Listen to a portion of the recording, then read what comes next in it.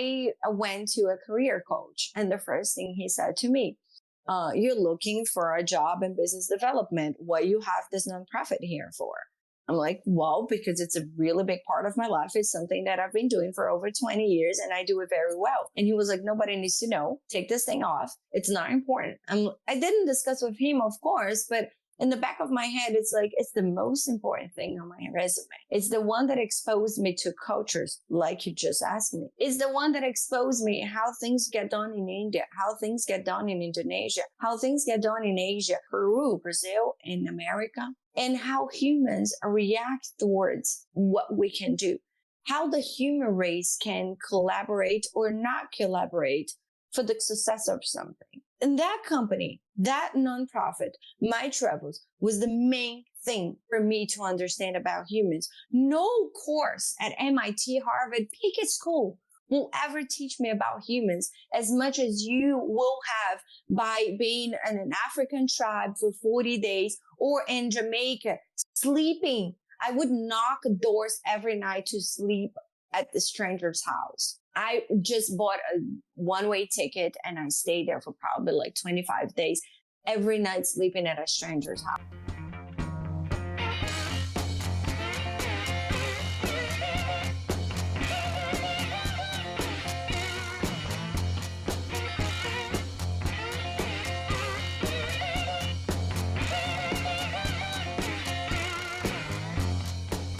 Our featured speaker today is the founder of Hub Rosa, Coffee Hub, and the founder and president of One Love for Kids.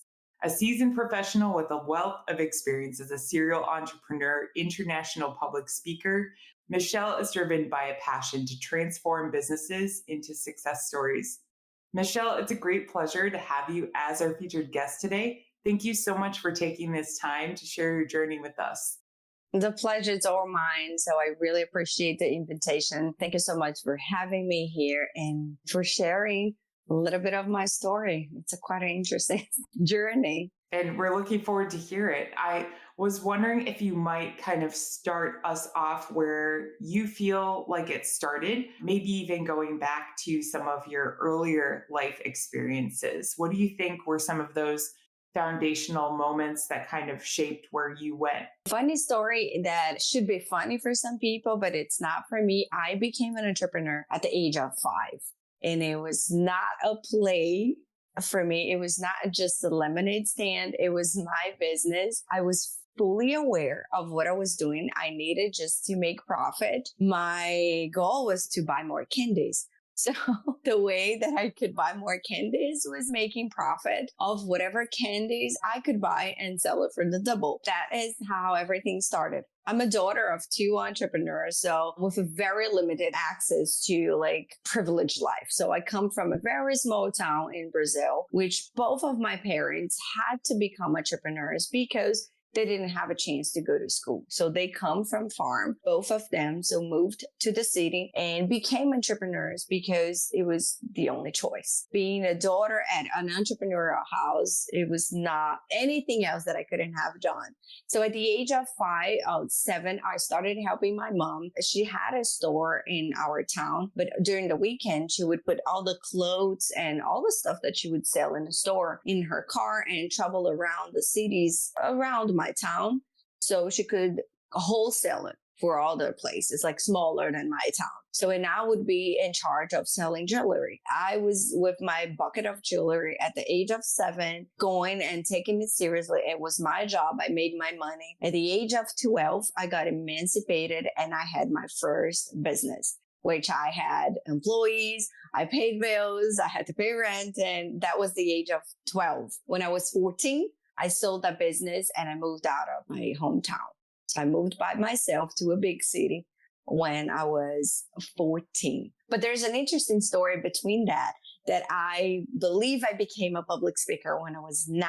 So there is an old company, which is an American company, funny thing, and it's called Amway. It was like a networking company that my parents were part of them to get to Brazil. They needed to travel delivering presentations. So they was like drawing the little circles and making sure you could sell it to 3 people and then your thread will keep continue. I learned how they were doing. And at the age of 9, I would dress up and do the presentation myself. Speaking for 100 people, that would be a really good catchy for my parents because everybody was like, oh my God, with this cute kid. I knew how to do it like so perfectly. And I still have like pictures of me on big stage, like speaking for 5,000 people at the age of 9. It was just, I believe my public speaking career started right there. Wow, that is absolutely incredible.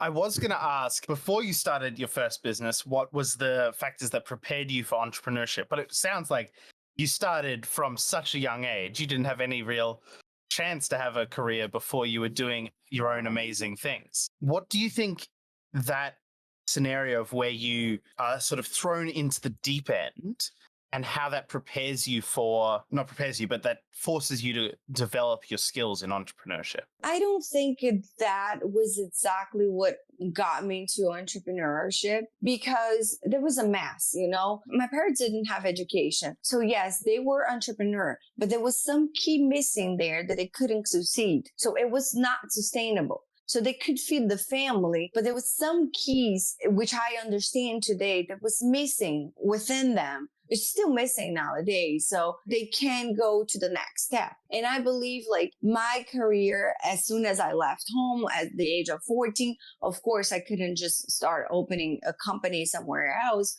So I went to start for like working for big companies. I believe it was a combination of everything that I've been through in life that kind of it's daily preparing us to become a better and better entrepreneur. At that point, I was in customer service, understanding and loving people. It's the key of makes me different from most of the entrepreneur. So that is good and bad because loving people too much, you can give in too much.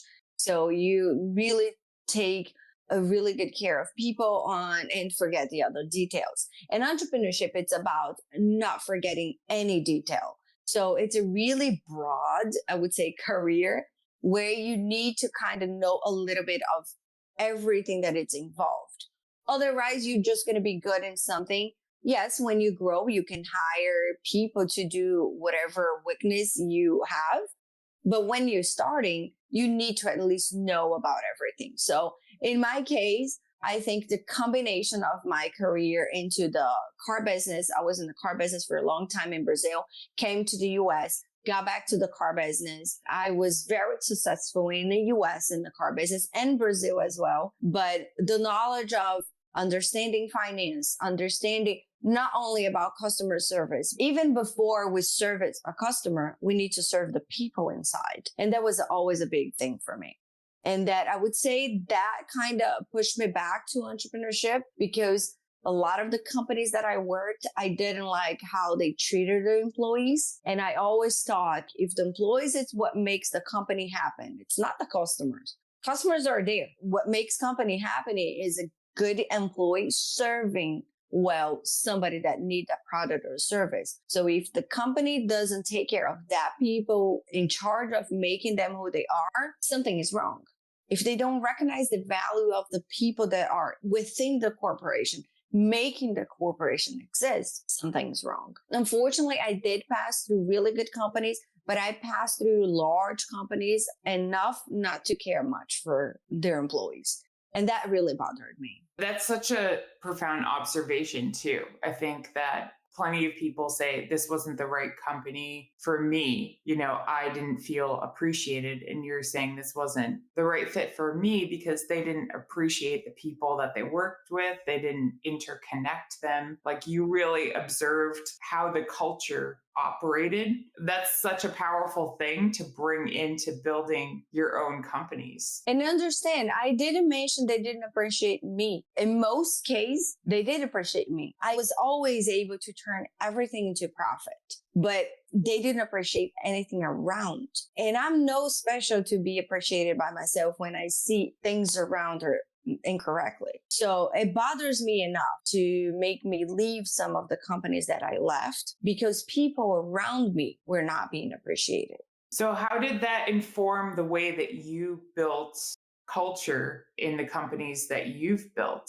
Were there essential components to culture that you knew you needed to build from day one? Empathy. Empathy is the key for building relationships, any type of relationship.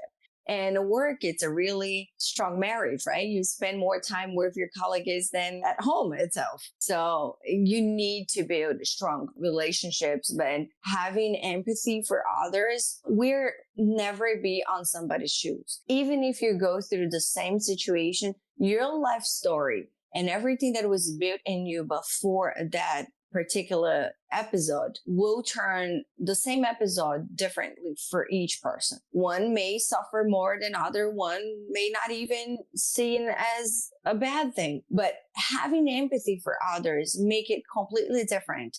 When you take yourself out of the privileged place and see if somebody is going through a hard time because this, which is small for me, I am lucky enough to have built confidence or to have built like a really paved path. So this thing I can consider a later thing, but somebody else, it's a big thing. I believe, as I said, in any type of relationship, empathy, for me, it's the key of success in coming to building a community, building a culture in a company. That should at least be absolutely the most valuable key they would care. Absolutely. I mean, empathy is so important to our work relationships, our personal relationships. Understanding the perspective of others is so vital. One thing I do want to dig into there, across the businesses that you've started, and you talked a little bit about your leadership, how do you think that's changed? So like early on in your entrepreneurial journey, your leadership, how do you think you look back on that at various points in your life since and be like, this was good, but maybe this could be improved? What do you think of the steps you've taken? A lot of things have changed because I became a leader at a very young age. I believe like leading a company itself had around 50 employees, but my whole team, and I would train somewhere about 9,000 people, and I was 18. It was a fleet company that we took care of the government contract. So we would serve the vehicles that the government used throughout the country. And I was the general supervisor at the age of 18. I grew to that position. So I was hired as a receptionist, and then I was doing really good work, and it took me like 4 steps to get to that position, but I got there very quickly for showing good results. But when I got to that stage, very young, at a car business company, dealing with like top level government agents, being a woman in the car business, I thought I needed to scream. I thought I needed people to respect me no matter what. So I thought like giving orders and not letting anybody just to talk. I am the boss. You got to just follow what I say. And I remember to this day, I was in that company for 3 years. And for 3 years, I cried in the bathroom at least twice a day. Like it was so rough for me, that position. Yes, that taught me a lot, but especially it taught me what nobody needs to be. So no leader needs to use power to enforce anything. And that along that 3 years, I started learning how to get things done properly in a much easier way.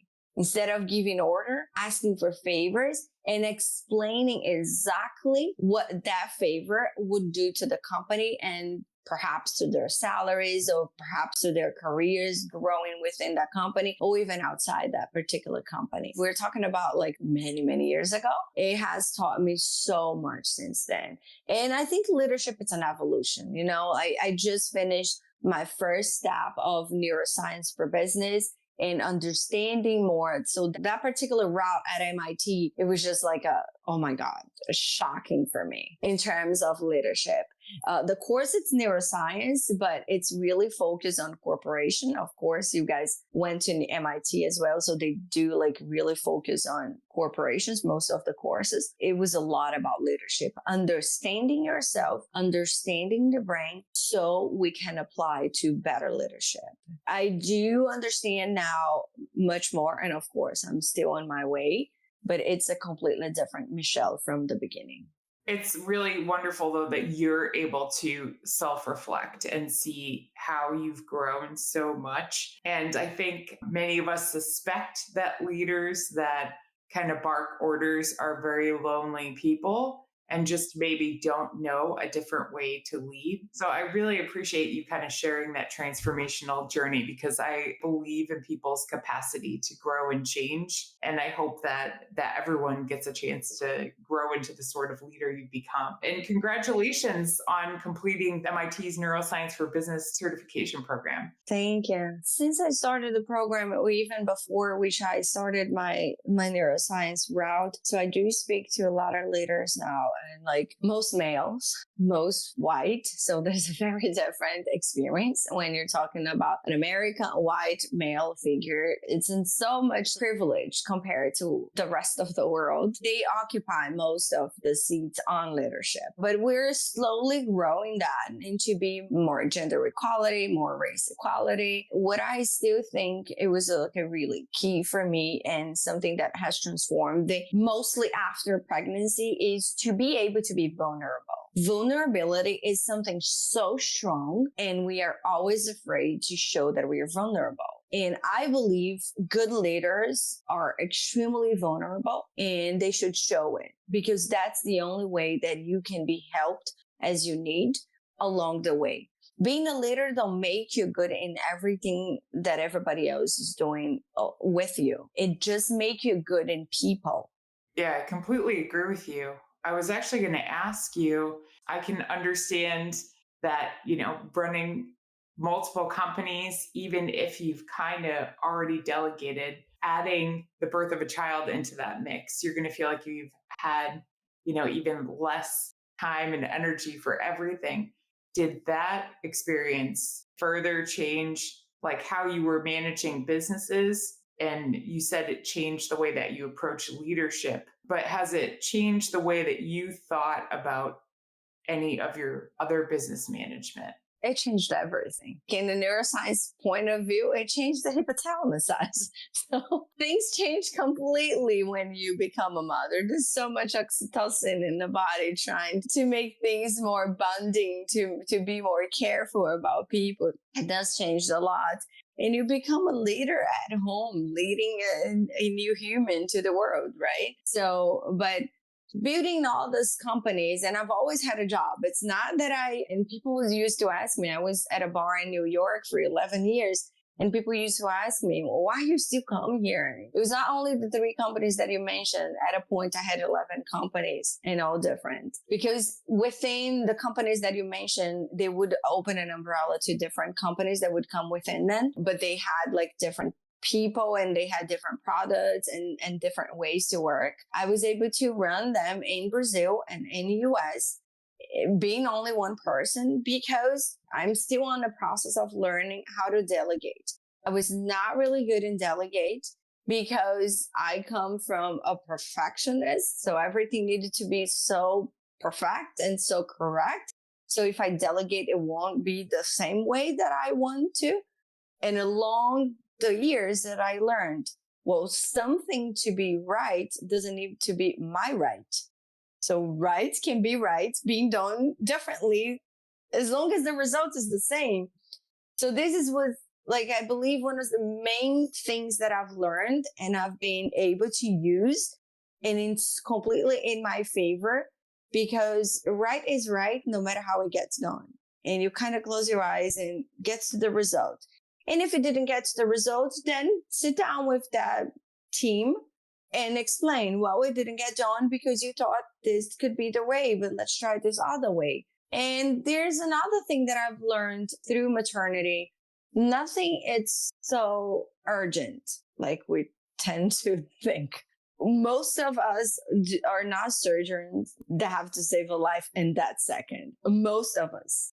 So everything can have a time. I still don't get the urgency of most industry and bringing stress to the team, even to the customer. The customer feel it. It's humans, right? We're still humans dealing with humans. If you are stressed delivering something, that other side will for sure feel it. But the world haven't seen that yet, maybe slowly. But through maternity, you learn that very well. There's nothing that urgent. Things need to get done, but it's not that urgent. Absolutely. Thank you so much. Given the number of things you worked on and the different businesses that you've developed and how you've gone across them, I think what would be super interesting would be to hear your thought about, as you just mentioned, delegating, when to delegate and when to close something down or shut something down. Like, how do you determine, like, this is worth continuing on? This is maybe too much stress. This is something that's worth keeping on the side, but shouldn't be my focus. How do you make those sorts of decisions? I learned that through COVID that I decided to shut lots of my companies. There was a few things that I needed to. First, you take time for yourself to think. Don't think any decision. Don't make any decision when you're under stress, when you're too happy, when you're excited about something. Decisions needs to be taken when you're by yourself, thinking about it, and you have like a calm state of mind. First thing, it needs to align with your purpose. So I can do many things differently, but my purpose in life, it's only one. So does that align to my purpose? Yes. Okay. So I could give it a shot. Does that not align with my purpose? Don't even continue. But then it comes another story in which we cannot take out of consideration. Does that bring money? Like really money, or you're just having it as a hobby? Because I did have companies that it was just a hobby for me. And a lot of people wouldn't, they were beautiful companies. People thought they were like making a fortune. But at the end of the day, it was just hobby because it would only pay itself and that's it. Sometimes I would have to bring money in. Yes, it takes a lot of time. It takes a lot of work for you to have a company as a hobby. And I know sometimes that hurts so much. It was the one that I closed with my heart, like really upset. I didn't want to close. It does align to my purpose, but it did not bring me any money. So one thing that I really kind of talk about today, it's learn how to give up. We have connected giving up to failure, and there's something completely different. Giving up on something that doesn't work for you to get to the bigger picture that you're looking for. It's not failure. And if it was a failure only helps us to grow. It should not be seen as bad as it is seen. But separating quitting on something from failure, it's the most important things. Most of the times we tend to hold on things. And when I say things, companies, this is from someone who had at a point like 11 companies that I was running, completely different from each other. Some were mine, some were customers' companies that I took over and was completely running for them. Big companies, learning how to give up on things that are just wait for you. It's extremely important to succeed, especially to find your purpose and especially to make money, which is eventually, it's our final goal, right? We need to live better. To live better, we need a combination of mental health, physical health, and profit. You're absolutely right. Great question, Spencer. Thank you. But I think you really articulated that answer right. If it's not aligning with your purpose, that's kind of like the first funnel you put it through, and then take a look at, the profit, take a look at the mechanics. Because I think that sometimes people put it through the profit funnel first. And if it's profitable, even if it kills them to do it, they just continue doing it. Eventually, it doesn't help them thrive as a person. So that business isn't going to be able to thrive. Very well articulated. Hello, all. I hope you are enjoying this episode. I want to ask you, our listeners, if you could give us a review in your podcasting platform of choice. We don't have sponsors and we don't run ads, but we are looking to grow. So if you feel we bring value to your listening experience, please drop us a review when you get a chance. Thanks so much. Now on with the show. I saw that you started your LLC, your business strategy and professional trainings, or so it looks on LinkedIn anyway. You can correct me. The same year that you started your first business, One Love for Kids. And I was sort of thinking about that, like in business mechanics terms, like where did your passion for business consulting and your like kind of initial ideas to transform businesses into success stories come from? Because you would have had what you had seen in other companies, and you would have had, your parents' entrepreneurial journeys and your early entrepreneurial experience. But it looks like you didn't have like all this experience when you started that part. You kind of started those things together. So I was wondering like what that looked like for you. It's just on LinkedIn. So One Love for Kids started way before. So I've been running the nonprofit. I founded when I was 14. So that's beyond, I'm almost 40 now. So we're talking about 20 something years. And there was not One Love for Kids at the beginning. Of course, I started doing social projects down in Brazil while I was still there. So when I moved to New York, I made that bigger. As I was in finance in New York, I was able to meet high level wealth people that was helping me to make possible some bigger dreams. And I was really focused on orphanages. And why orphanage? Because I am not an orphan, but my parents did not have education enough to understand that education was so important for me. So I had to figure that by my own. And I never had the support, like financial support. And I still don't, which made everything harder. I would be completely in a different stage now in my life, maybe running a country as a president, if I had just my rent paid at any point of my life. Just like go to college, I'll pay for you. I don't want to like anything else paid, but either college or rent. And I never had both of them, and neither together separate. So my intention was I'm going to give to kids what I didn't have. And then we started that. So I started in New York, moving funds to Brazil, helping orphanage. And then I took a trip to Jamaica and I saw the reality there and helped to build 3 schools in Jamaica with like a really big fundraising in New York. And the name One Love came because at that time, because the fundraising was so big, I had to partner with the UN so I could properly receive the funds through the UN and send it to Jamaica in a proper way in terms of taxes and everything else. So people could like change their wealth investments to donations so they could get their tax break on that. So in that time, I needed to come up with a name. So the name came. It was easy because I was in Jamaica. The big project was in Jamaica. And it became One Love for Kids at that point in 2014, I believe. And then afterwards, when I registered the company in Brazil, I only put One Love because in Brazil, I also help nursing homes. So we take elderly from the streets and we give them like a better life until, of course, they pass. And the project switched a little bit, just talking about that project, because my focus was just helping orphanage to give a better life to their orphans, right? I adopted a daughter. So I have a 24-year-old daughter, and I understood my daughter was 12 by the time I met her. So I understood that giving just food, better life, a better bed, and stuff for school was not enough. It was actually doing the wrong thing because they were receiving everything for free without doing anything in contrast, like without working for it. I went through a really hard time with my daughter because she got used to receive things for nothing. People will always give me new clothes. People will give me. And she never really understood how to need to work for things because at an orphanage, they don't need to work for anything. Like they don't make their beds. They don't clean the house because they can't. It's being seen as putting them to work and they can't work because they're under the government law, which is like ridiculous for me. So I turned the program into an entrepreneurship program. We teach, and then it was another barrier that I went through. I cannot teach or prepare any kid.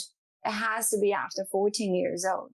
But they should be learning some stuff already by the 14. My 2-year-old daughter, she grabbed her stuff and she'd say, I'm going to work. And if I ask her, why you need to work? Because my money to go to the supermarket. And she has her card and she goes to the supermarket as a 2-year-old and she knows what she can buy. And she goes to the cashier and she buys it. She's 2. And this needs to be taught at any age.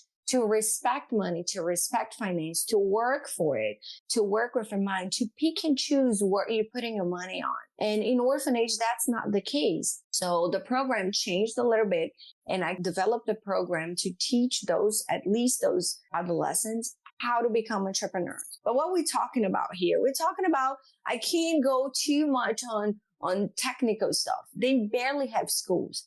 And because they didn't have nutrients enough to grow. So most of them developed like dyslexia and some like very slow learning process. So you need to go practical on them. So I'm going to teach you how to plant. I'm going to teach you how to do nails. It's something quick that you can go and apply to the world. Because at the age of 17, they need to leave the orphanage. But they don't have parents. They don't have family. Most of them go to the street. And then we go on the cycle. That girl will get raped. She's going to get pregnant. That kid's going to go back to an orphanage. It's a non-ending cycle. So that started years ago. Wow.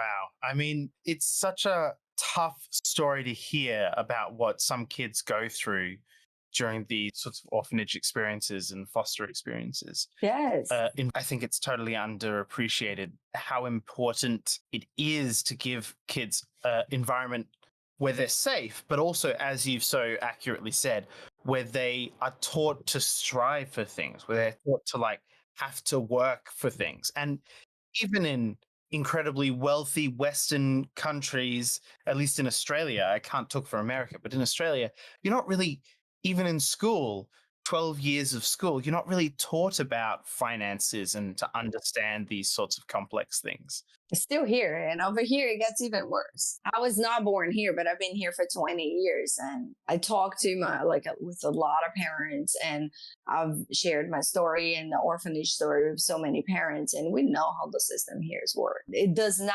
prepare an adult for finance decision making. Yeah, absolutely. I do think it would be interesting to hear your thoughts on the various cultures you've worked within. So you've obviously worked within Brazil, within the US, you've done a bit of work with Jamaica.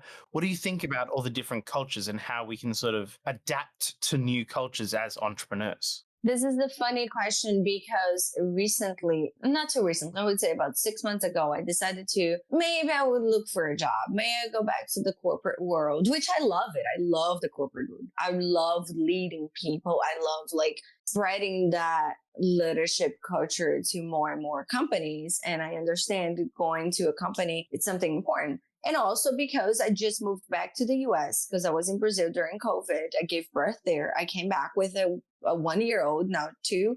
So I need to pay bills. And my thing, it's not really, I need to become an entrepreneur. I can grow within a corporation and make that corporation grow as well. As long as I'm able to be innovative and do what I believe it's good for the world, it's fine for me. But going back to that, so I built my resume. As I said, One Love, it's been part of my life for so many years. I've put that system into South Africa as well. We've implemented in South Africa and in a few other countries. Because of that, I've traveled the world, and also because of the coffee company. So when I was searching for structure or coffee beans, I traveled quite a bit. And that it's on my resume. One Love for Kids, it's on my resume as a nonprofit, as an experience with humans. And I went to a career coach. And the first thing he said to me, you're looking for a job in business development. What you have this nonprofit here for?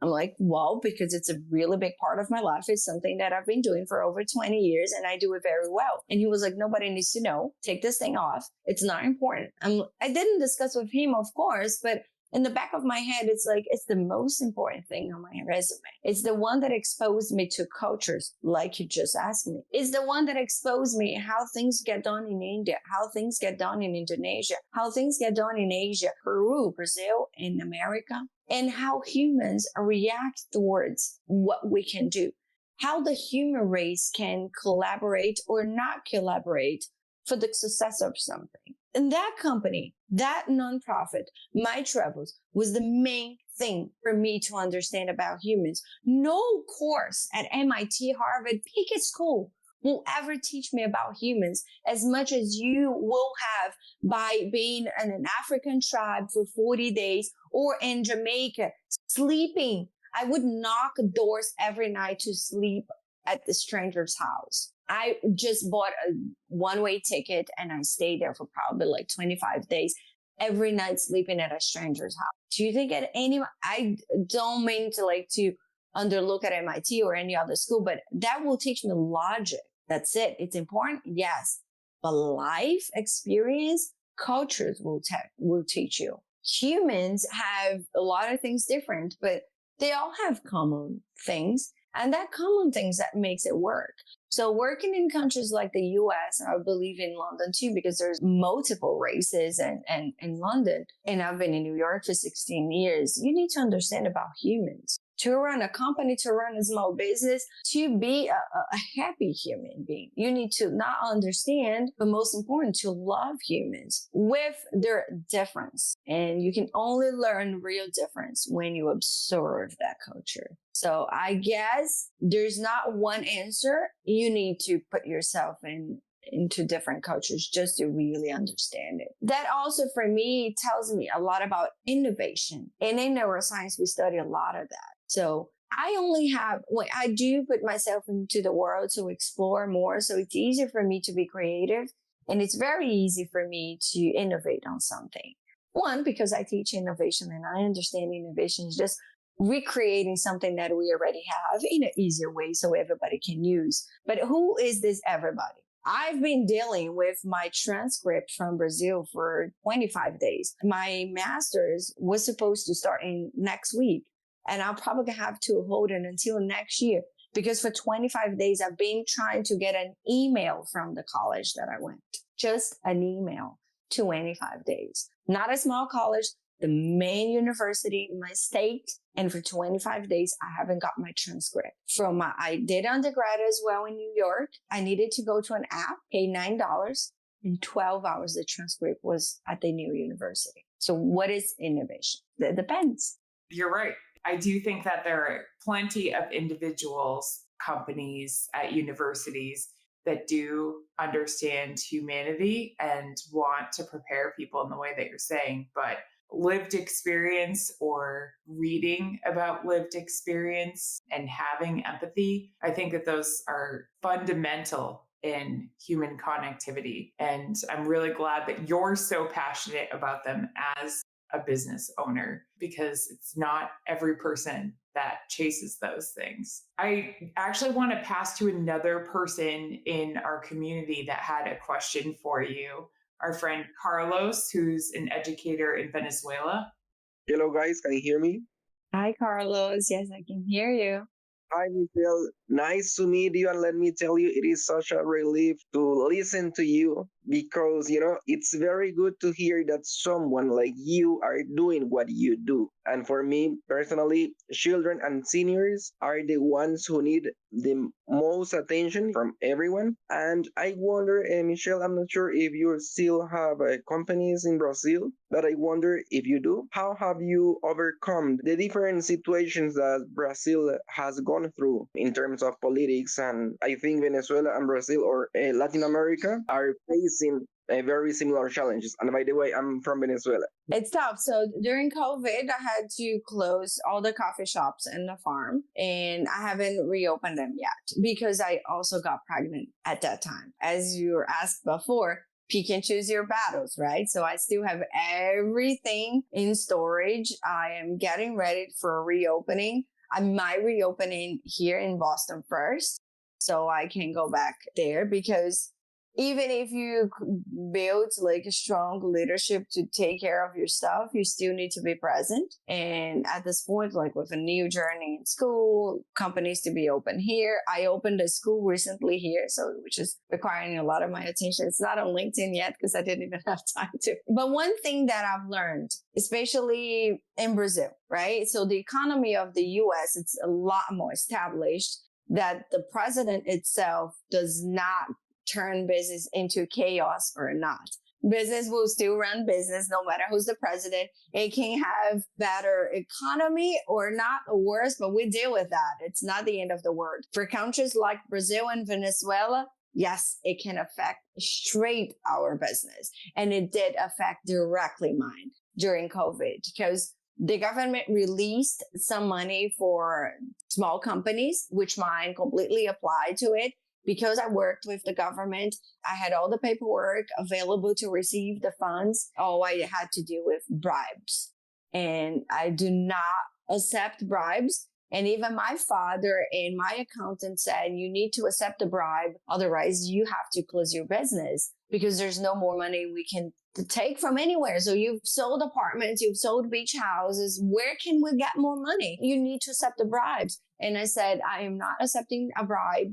This is not who I am. I'm closing the company, but I'm not accepting a bribe. This was a government thing. My decision to close the companies and not reopen yet, it was based on government because the government, the choices on the government affect straight the population and the population ability to purchase. Some governments benefit the rich. Some government kind of benefits the poor, but when you benefit the poor, it's so little more that doesn't benefit like the whole. We haven't had good politics in Brazil for many years. It's not this one. It's not the past one. We need new people. They are aware of the real problems. They are aware of politics. Politics for me, it's being a president, it's being a CEO of a company. You get hired for that position. And if you do not perform well, if you not bring profit to the big company, you should be fired. But people take it, and we got to points, just like Venezuela, some figures, which we had the last president and now president, some figures had become the head of politics in terms of they created fans. Crazy people that are their fans. It's not about politics anymore. I love Nancy.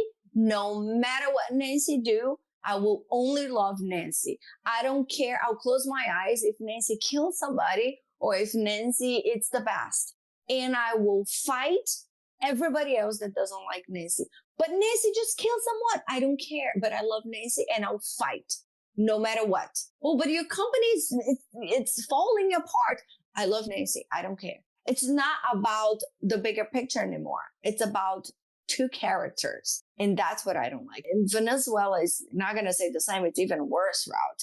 People are fighting each other because of a figure and not looking at the bigger picture, which is the country. And yes, it does affect straight your business. And yes, if you have chances to look differently in your business, unfortunately, you should. And of course, each country regulates differently. And in Brazil, I don't know if in Venezuela it's like that. Each industry regulates differently. So I was in the education industry, which regulates somehow. And then I was in the coffee industry, which is sales and food and beverage, which regulated differently. And cities make a big difference as well. Maybe if I was in a different city, I wouldn't have to close because the city that I was in was particular for one side of the government. So they tend to really go towards that. And everybody else that it does not agree with them, they don't buy from it. They don't go, which was not my case. My decision was purely based on my personal time. So I was coming out of COVID. I got pregnant. I needed to make a decision. I'm going to go work really hard to make this pop again. Oh, I'm just going to concentrate on my pregnancy in a year or two from now. And when I told you guys before, along the way, and especially maternity, teach you, am I urgent to do this? No. Can this wait? Yes. Will it benefit for me waiting? Yeah. So I can bring more money from other source and make it differently and give it more time and attention to it after my baby was born? Yes. So it's about picking, choose your battles at the time that you're in. And if you can, of course, right? So I chose to get off that picture, to establish myself again, especially my mental health before I get back on the battle, right? So you need to be mentally wealthy. Thank you so much, Michelle. I do appreciate it. Thank you. Thank you. Thank you very much, Michelle. It seems very clear that you're passionate to empower other entrepreneurs. I know among others that you've mentored includes our friend Anna Becerra. Why is it important to you to help others find their path? Because they don't need to make the same mistakes as I did, and they should not waste their time and money as I did. So making mistakes, I see it differently. A lot of people, maybe a lot of coaches that go on stage, I say like stage entrepreneurs, because we have real entrepreneurs and we have stage entrepreneurs. So Brazil is filled with stage entrepreneurs that have never owned a company but teach you how to open a company. They have never had like failures and problems and bankrupts, but teach you how not to. The only way you learn how not to bankrupt if you have bankrupt before. I mean, not the only, but the most accurate, I would say. And my thing was like, if I can make anybody's path easier than mine, I would go out of my way to do. My path has always been so hard. And as I said, the stage entrepreneurs keep saying, well, when it comes hard on you, you get even more energy to go and fight for what you want. I don't find that energy. When you keep making a lot of mistakes and falling, you start to doubt yourself, even if in the right path. But failure, it's tired. You're trying and not making it. It gets you tired. And then at a point that you're like, am I really doing it right? Am I really good as I think? Should I even continue? Shouldn't I just give up on all this dream? Because exhaustion can and will absolutely try to make you give up on the big picture. Not on the small things that you should give up, not to give up on the big picture. But it's almost like you have an angel and a devil. And it's always like mistakes and failures teach, yes, but it also exhausts us. So if I could not prevent anybody from making mistakes, but making sure they know what's going to happen after that mistakes, they would absorb it better. And I've also spent so much money and time studying that I know a lot of entrepreneurs don't spend that much time in studying and planning. I kind of feel it's my obligation to help. If I do want to see a better world, right, I need to be the difference that I want to see in the world. Absolutely. I mean, we definitely agree with you and are aligned in that purpose. It's so refreshing to hear that from you. Not easy to do. No. I doubt myself every day. It's not me like, I'm not doubting myself any day. Should I really do? I was in a podcast this week about neuroscience, and I was asked almost a similar question. And I said, listen, I ask myself every day if I just like follow my path in the corporate world. So I have a lot of experience. I've been putting a lot more into neuroscience to lead. So I can find a job and like go and grow in a corporation, buy again a nice house and live nicely for myself, like in a very selfish way, like of people do. Or I could go back on the maze and try to help others. Helping people is so hard. And not only hard on you, it's hard on your family. Trying to help people will prevent me to stay more with my daughter, will prevent me to stay longer with my husband. My whole family suffer from me trying to help people that in most cases doesn't even understand they need to be helped. Trying to live yourself for others, it's exhausting. And it's much easier to live a selfish life. Much easier and much more pleasure. But what is a legacy? Is that what we came here for? Just to live a very lonely and selfish life and not leaving nothing behind? I mean, your kids will have nothing to look and say, oh, mommy was amazing at home. What should it bring to the world? Can I make somebody else's life easier? Can I make companies that like teaching leadership for me that goes from top to bottom so that everybody else will get benefits from having a good leader? Can I do that so the world become a better place for my daughter? Because in a few years, I may not be here, but if I don't build something for my daughter, will she live in an even worse chaos that I am? So then I can't live in a selfish life. Right? So this is how I think. I think it's a pretty profound way to draw the line of balance for yourself through your daughter. And as you said, through what gives you purpose. So kind of building off of that, the final question that we like to ask in these interviews is, what words of wisdom or piece of advice would you like to leave us with today? There's two things that I would taught myself when I was younger. Take care of finance. Take care of your finance in a very young age will make things easier. But pick and choose your battle wisely, because if you need to give up on something, not to give up your bigger picture, then give up. Sometimes, as I said, we tend to look at quitting on something as a failure and we do not want to feel ashamed. Those things just simply drain us not to be energetic and to pursue our bigger dream. And this can be a project, can be a job, can be friendship, can be relationship.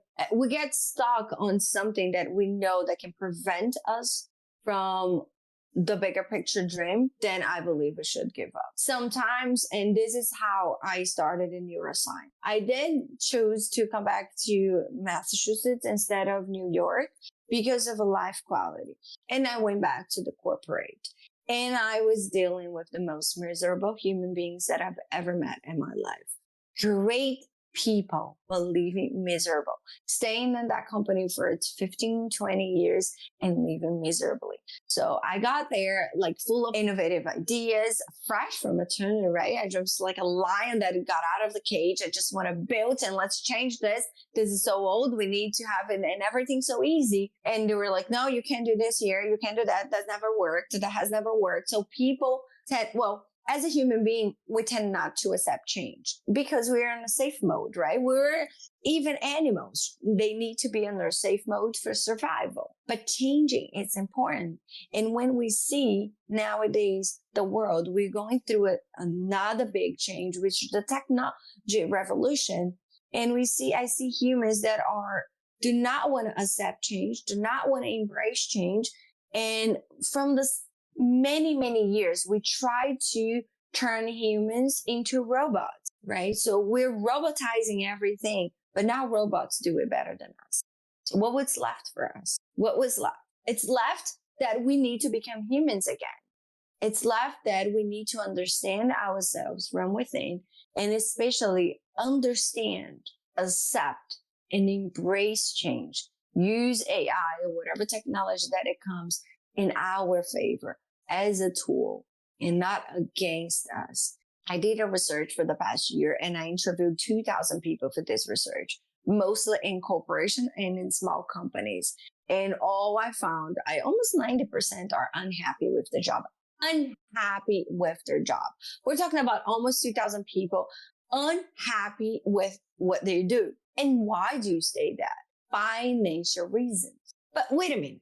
If you're happy here and you're only staying here for money, money can be made in another company that you are happier. You have so much experience here. It's easy. Companies are nowadays looking for experience. You can just switch.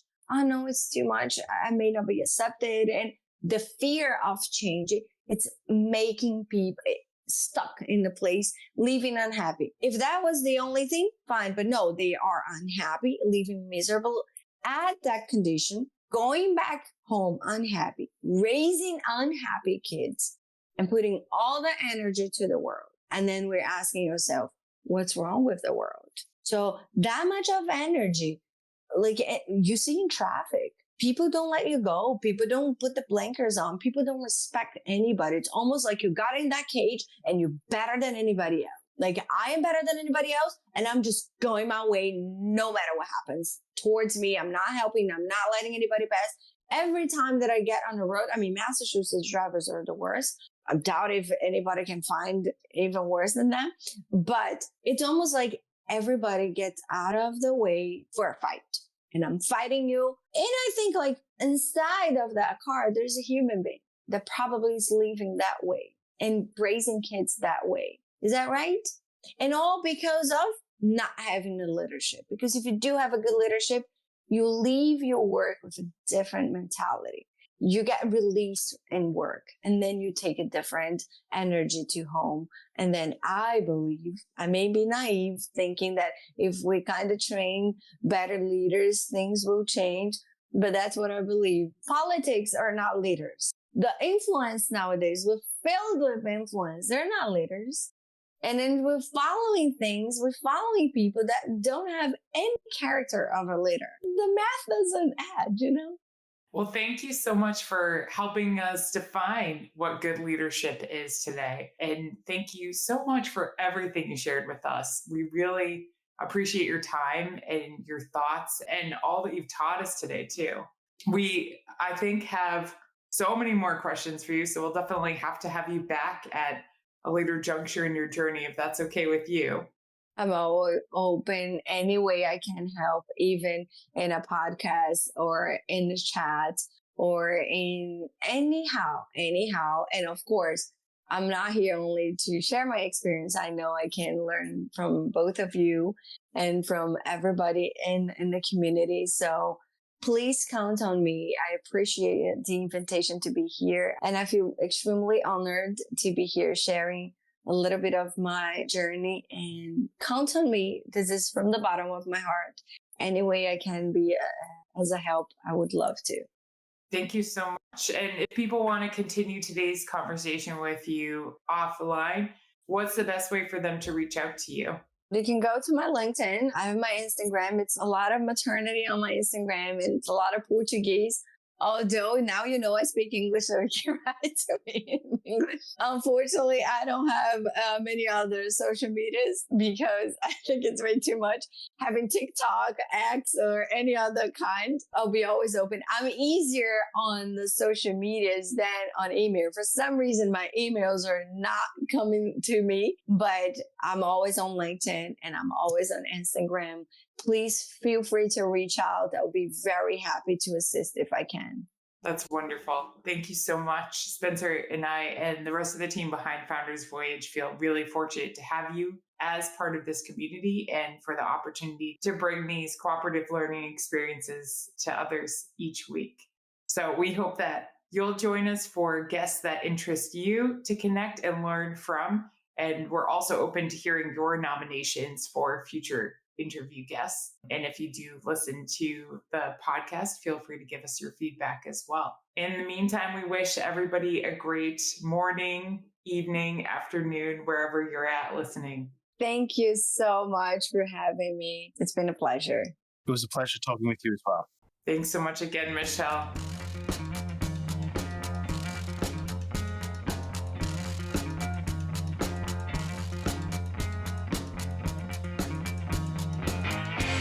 You've just finished another episode of Founders Voyage, the podcast for entrepreneurs by entrepreneurs. The team at Founders Voyage wants to thank you from the bottom of our hearts. We hope you enjoyed your time with us, and if so, please share this with someone else who might enjoy this podcast. You can also support us by leaving a review on Apple Podcasts and Spotify, and by donating to our Patreon. Outro music today is Something for Nothing by Reverend Peyton's Big Damn Band.